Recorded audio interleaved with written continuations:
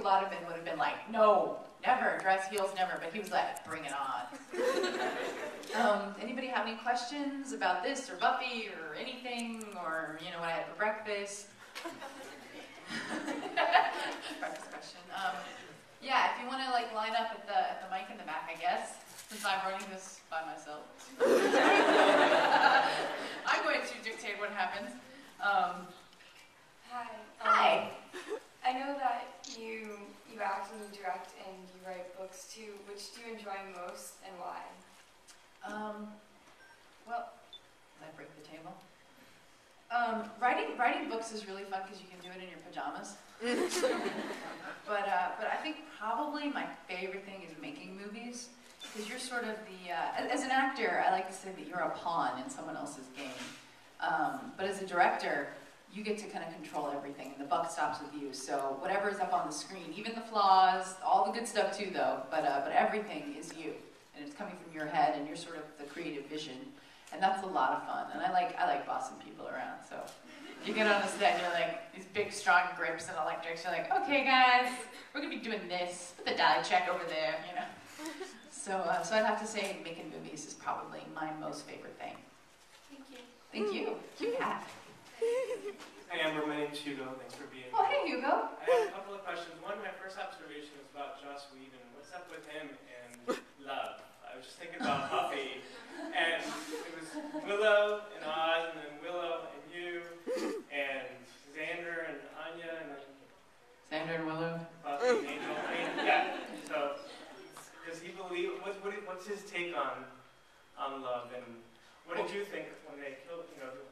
My second question was, how did you feel, and when did you find out, first of all, that was going to happen to you, and how did you feel about that? I'm going to take the second question. Joss took me aside at the end of the 4th season. In fact, we were shooting the last episode, and he's like, I have to tell you something really exciting. He's like, we got a new storyline. We're so excited, and we've really been trying to figure all this out. And I just want to, we're doing this really great thing. We're gonna kill you. And I was like, oh, that's so wow. Oh, that is exciting.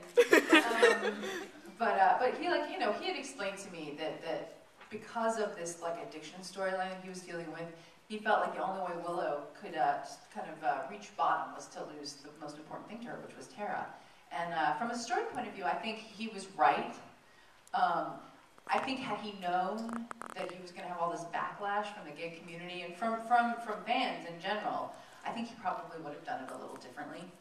But he truly was coming at it from a story perspective. It had nothing to do with the character or with me or with him or it really was just truly what is the best way to tell this story. And I think that's what makes him such a good creator of shows like Buffy and Angel and stuff, because he really does believe that story dictates everything. And I think that's important. And as much as it was kind of sad to leave, I understood that it was important to the story, and I agreed with him in that respect. As far as love goes, he's got this thing where if you fall in love, that everyone goes crazy on you. Which is so ironic because he's happily married with kids and stuff, and he's got a great wife. So maybe he gets it all. It's like the Portrait of Dorian Gray, where he gets all of his stuff out on the TV, and then feel like he can have this normal great life. Because it's not real life. He's got a great life in real life. Thank you. You're so welcome, Hugo. Hello. Hello. I like your hat. Okay, so I was wondering if you mentally prepared yourself enough, or if you could have mentally prepared yourself for the reaction from fans when you played a lesbian on television, and how you kind of dealt with that. Well, I didn't really get any nasty mail or anything. I expected we were going to get hit with some mean people saying mean things, but I only got religious stuff in the mail. People were like, I love you on the show, but I really think you need to rethink this, God has a plan, here's a pamphlet, I'll say that. Yeah, no, and you know what, to each their own. If it's something that bothers you, you don't have to watch it. Do you know what I mean? Exactly. That was my feeling. But then I got such an amazing outpouring of support from the gay and lesbian and transgender community. Allie and I both we felt so loved. And we were really, really honored that we got to walk in their shoes and to create this relationship. And I got so many letters from teenagers who lived in small towns in the Midwest and in the South saying, I didn't kill myself because of this show. I saw that, it was okay to be who I was. Yeah, it's very inspirational, and even to me, even though now it's like kind of a little bit more open on television, it still is, even if I watch it, I'm like, well, this was one of the first like lesbian couples that, Yeah, and it made it okay. Yeah. It wasn't gratuitous, it wasn't about girls making out, I really think it was the best relationship on the show. They raised on, I guess that doesn't say much, does it?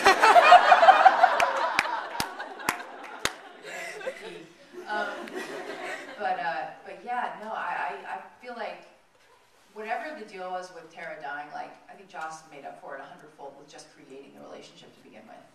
And he really, he had some friends who were gay, and they were a couple, and I think this was sort of an homage to them, this relationship. He wanted to do something because he, was very close to them and wanted to sort of, I don't know, tell them how much he cared about them by creating these characters. It was really, really special. I got to meet them, so. I also got to meet the girl that Willow was based on. That was kind of cool, too. Okay, thank you. Hey, Amber. This was extraordinary. Thank you. Oh, thank you. No, it was fun. I'm glad you guys got to watch a movie at 11 o'clock on a Sunday morning when you should be in church. Church of Buffy. You live at church. I hadn't entered the Church of Buffy until last November, and then Buffy Summers sort of became my girlfriend over the winter. And just in that, it was all I did. Did you buy her things? Not my answer. I had two questions. The first was about sort of off of what you just said, but the power of storytelling in your experience to create and foster social change. There's a lot of storytelling going on in the country right now about hope and change, and then another story about socialism and, there's a lot of different threads and narratives. And, yeah, Obama's Hitler.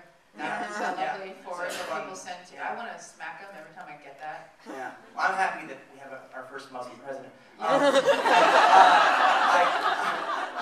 just around the power of storytelling for change. But the second one, I'm really curious after watching this and then watching you and Willow. When she first meets you, there's this satire of fake Wicca, and this sort of Wicca as lesbian love. just that circle of these girls that are just Yeah. blah blah blah, and then she meets you, and there was a lot of I was showing that episode to a friend who was like, oh, is this going to be some kind of anti-feminist, anti-witch thing? And I was Cheesy like, no, Wicca, yeah. Yeah, but you end up going. The show goes deeper into an authentic Wicca, and then in season 7 with Willow sort of getting into the interconnectedness of all things and all that. In this, you're ironically mocking New Age, a little bit of AA references, not mocking, but references. Your character goes to yoga, and there's all of this sort of dancing around this world of spirituality, and it seems like only somebody who can make fun of it as well as you could in this could understand that there's a deeper part to the crap dance. You're talking about spirituality versus organized religion, basically. Spirituality versus organized religion, including the organized religion that sort of emerged as pop New Age, I totally know what you're talking about. No, I think, and this is something that, I write books as well, this is something I kind of delve into a little bit in the books, is this idea that you have all these different religions and all these different mythologies, and it's they all say that they can't exist together.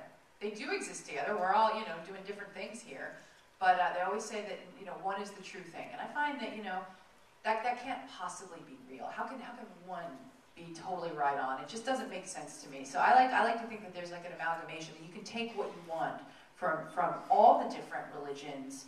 Joseph Campbell talks about it in Power of Men. Awesome.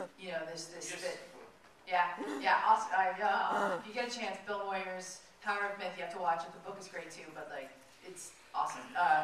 But this idea that they all kind of come